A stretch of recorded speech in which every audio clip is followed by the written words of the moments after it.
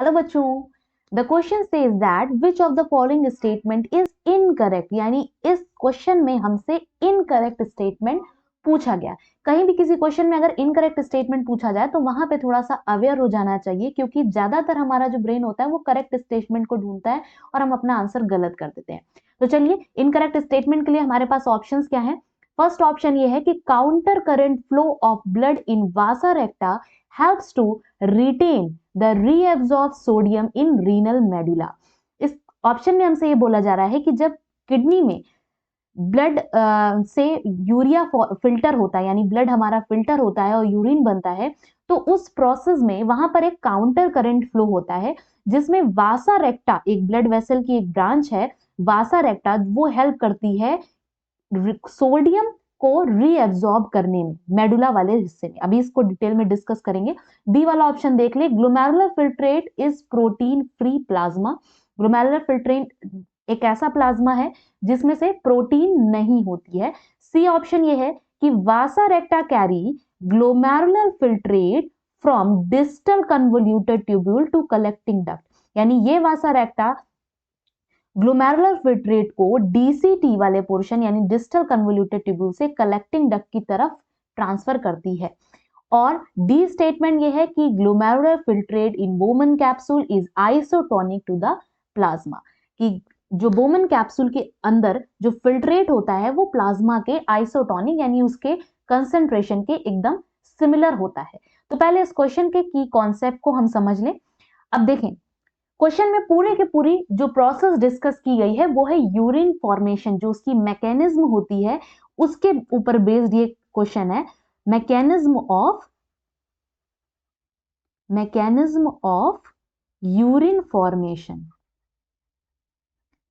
Urine formation, ये पूरी mechanism पे बेस्ड इस ये क्वेश्चन है। ठीक है, अब देखिए यूरिन फॉर्मेशन में यहाँ पे हमारे पास 3 स्टेप होते हैं। अल्ट्रा फिल्ट्रेशन, दूसरा होता है ट्यूबुलर सिक्रेशन, और यहाँ पर तीसरा यहाँ पर दूसरा होता है रीएब्जॉर्प्शन एंड तीसरा होता है यहाँ पर ट्यूबुलर सिक्रेशन। अब देखिए इस स्ट्रक्चर को अगर हम ध्यान से देखें तो यहाँ पर ये नेफ्रॉन का स्ट्रक्चर है। रीनल आर्टरी जो कि किडनी के अंदर ब्लड लेके जाती है, जो इम्प्योर ब्लड होता है, उसकी एक ब्रांच किसमें एंटर करती है, इस बाउमन कैप्सूल के अंदर एंटर करती है। और इस ब्रांच को हम लोग क्या कहते हैं, this branch is called efferent arteriole. Efferent arteriole, efferent arteriole जाके इस हिस्से में बहुत सारी फाइन कैपिलरीज बना लेती है, और इस कैपिलरीज के गुच्छे को, टफ्ट ऑफ कैपिलरीज को हम लोग कहते हैं ग्लोमेरुलस। ग्लोमेरुलस इसका नाम, ठीक है, tuft of capillaries is called glomerulus. अब आगे बात करें, ये ग्लोमेरुलस से जब ब्लड वेसल बाहर निकलती है, ये देखिए ब्लड वेसल बाहर निकल रही है, दिस वन, इसका नाम है इफरेंट आर्ट्रियोल। इसका नाम है efferent arteriole, efferent arteriole. Okay, अब देखिए इस प्रोसेस को हम समझने जा रहे हैं कि यहां पर होगा क्या।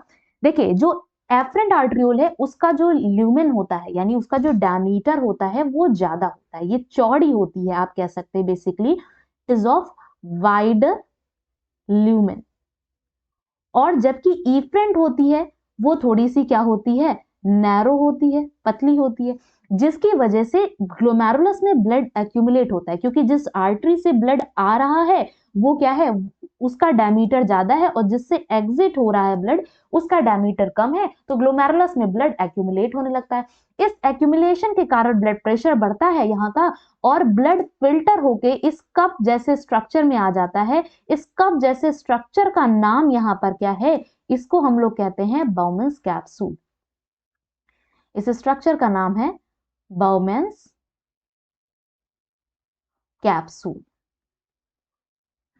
अब ब्लड के अंदर जो पूरा का पूरा ब्लड प्लाज्मा है वो फिल्टर हो जाता है एक्सेप्ट प्लाज्मा प्रोटीन, यानी यहां से ब्लड जब फिल्टर होके आता है तो ब्लड से ब्लड कार्पसस और plasma protein, RBC, WBC, platelets और प्लाज्मा प्रोटीन को हटा दीजिए तो पूरा का पूरा प्लाज्मा फिल्टर हो जाता है।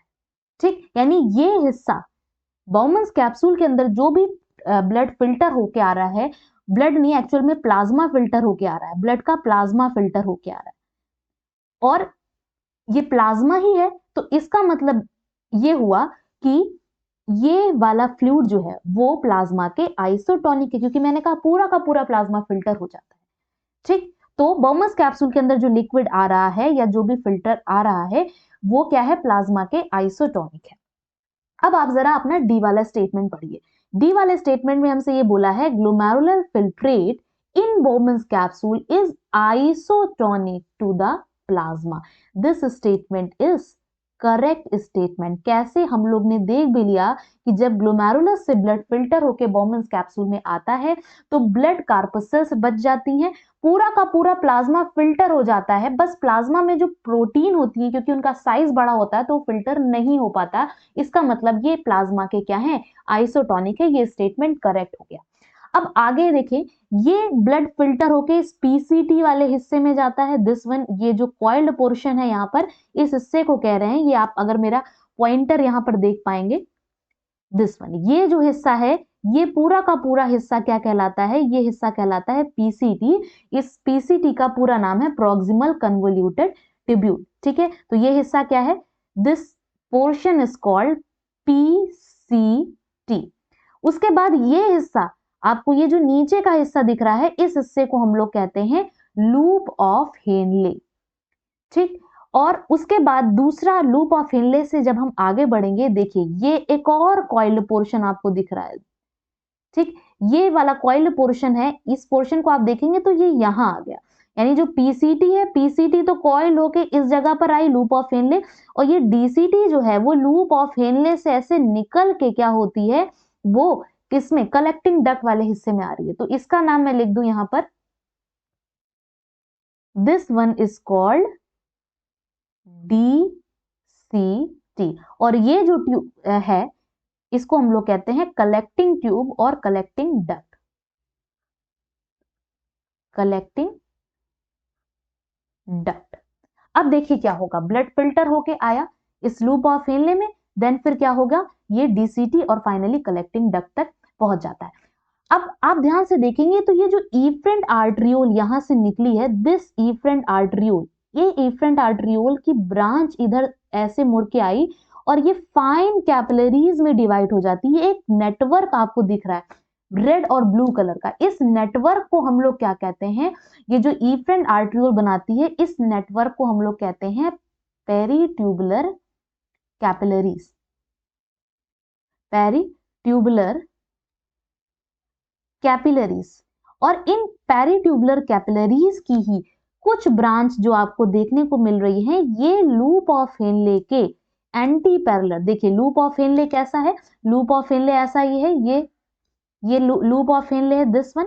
ठीक है, और इसी के जस्ट पैरेलल चल रही है एक ब्लड वेसल की ब्रांच, ये पेरीट्यूबुलर कैपिलरी का नेटवर्क। इसको हम लोग क्या कहते हैं, ये जो ब्रांच है इसको हम लोग कह रहे हैं वासा रेक्टा। इस वासा रेक्टा का काम क्या है, देखिए जब ब्लड फिल्टर होके आता है प्लाज्मा में, आपको पता है प्लाज्मा में बहुत सारी जरूरी चीजें भी हैं, प्लाज्मा में मैक्सिमम वाटर होता है, प्लाज्मा में ग्लूकोज होता है, प्लाज्मा में यहाँ पर हमारे पास इलेक्ट्रोलाइट्स होते हैं। ठीक, तो इस तरीके से बहुत सारे आयंस होते हैं जो कि बॉडी के लिए बहुत यूजफुल होते हैं। तो क्या होगा, ये सारी चीजें जो है वो रीएब्जॉर्ब होना शुरू हो जाती हैं इस पीसीटी वाले रीजन में, और जो वाटर और सॉल्ट होता है यानी यूरिन को कंसेंट्रेट, क्योंकि प्लाज्मा तो पूरा का पूरा फिल्टर हो गया, अब ये सारा का सारा यूरिन में नहीं कन्वर्ट होगा, तो ये धीरे धीरे क्या होता है, रीएब्जॉर्ब होता है। और ये रीएब्जॉर्ब होने का जो काम होता है, ये वासा रेक्टा के अंदर बहुत अच्छे से, वासा रेक्टा के हेल्प से वाटर और इलेक्ट्रोलाइट यानी कि सोडियम का यहाँ पे हम रीएब्जॉर्प्शन कर पाते हैं। ठीक है, और इसी को बोलते हैं काउंटर करंट मैकेनिज्म, यानी जो चीजें इस लूप ऑफ हेनले से बाहर निकलती हैं इस तरीके से, वो वासा रेक्टा के अंदर क्या हो जाती हैं, एब्जॉर्ब हो जाती हैं। और काउंटर करंट इसको फ्लो इसलिए बोला गया है क्योंकि लूप ऑफ हेनले के अंदर जो फ्लूइड होता है उसकी डायरेक्शन के अपोजिट यहां पर वासा रेक्टा के अंदर ब्लड फ्लो की डायरेक्शन होती है। यानी कि अगर वासा रेक्टा, अगर आप इस डायग्राम में मैं आपको सेपरेटली समझाऊं कि अगर ये ब्लैक वाला जो हमारा ट्यूब है, इफ ये क्या है, ये loop of Henley, suppose that ये लूप ऑफ हेनले है, इसकी डायरेक्शन अगर ए टू बी है, यानी ए से बी जा रहा है, तो इसके बाहर ये जो वासा रेक्टा है इसमें डायरेक्शन बी से ए की होगी, यानी ये डायरेक्शन बी से इस तरीके से ए की तरफ होगी, जबकि लूप ऑफ हेनले में ये डायरेक्शन ए टू बी होती है। इसीलिए इसको बोला जाता है काउंटर करंट मैकेनिज्म, ठीक है, या काउंटर करंट फ्लो। तो अब हम अपने पहले वाले ऑप्शन के ऊपर आते हैं। फर्स्ट वाले ऑप्शन में हमसे बोला गया है counter current flow of blood in वासा रेक्टा। वासा रेक्टा के अंदर ये जो ब्लड है जो काउंटर करंट कर रहा है किसको, हमारे लूप ऑफ हेनले के फिल्ट्रेट को, ये किस में हेल्प करता है, retain reabsorbed sodium in renal medulla, क्योंकि ये जो लूप ऑफ हेनले वाला हिस्सा होता है ये किडनी के मेडुलरी वाले रीजन में होता है, मेडुलरी पोर्शन में होता है। तो ये मेडुलरी पोर्शन में सोडियम के रीएब्जॉर्प्शन में हेल्प करता है, और ऐसा हमें इस फिगर में देखने को भी मिल रहा है। इसका मतलब ये वाला ऑप्शन क्या हो गया, करेक्ट हो गया। ठीक है, अब आगे बात करें। आगे वाला बी ऑप्शन देखिए, glomerular filtrate is protein free plasma, ये भी सही है। अभी मैंने आपको बताया कि प्लाज्मा में से प्रोटीन को निकाल दे, प्रोटीन साइज में बड़े होने की वजह से फिल्टर नहीं हो पाती, बाकी सारा का सारा प्लाज्मा फिल्टर होके इस बाउमन कैप्सूल में आ जाता है। तो इसका मतलब ये वाला स्टेटमेंट भी क्या हो गया, करेक्ट हो गया। अब बचा हुआ सी स्टेटमेंट, इसको भी देख ले। सी स्टेटमेंट में हमसे क्या बोला गया है, वासा रेक्टा कैरी ग्लोमेरुलर फिल्ट्रेट, यही बात इन्होंने गलत बोल दी। वासा रेक्टा में ग्लोमेरुलर फिल्ट्रेट नहीं होता है, बल्कि वासा रेक्टा क्या कैरी करती है, ब्लड कैरी करती है। ठीक है, और लिखा हुआ है from distal convoluted tubule to collecting duct, ये बात भी गलत है। कलेक्टिंग डक्ट से जो हमारी डिस्टल कन्वोल्यूटेड ट्यूब्यूल है उससे कलेक्टिंग डक्ट को फिल्ट्रेट जाता है, जो कि डीसीटी के अंदर होके जाता है। इसका मतलब जो सी वाला स्टेटमेंट है ये क्या हो गया, this statement is completely incorrect, और हमसे इनकरेक्ट स्टेटमेंट ही इस क्वेश्चन में पूछा गया था कि इनकरेक्ट स्टेटमेंट क्या है। सो हमारा आंसर क्या हो जाएगा, आंसर हमारा हो जाएगा ऑप्शन सी। ठीक है, तो I hope you got the answer.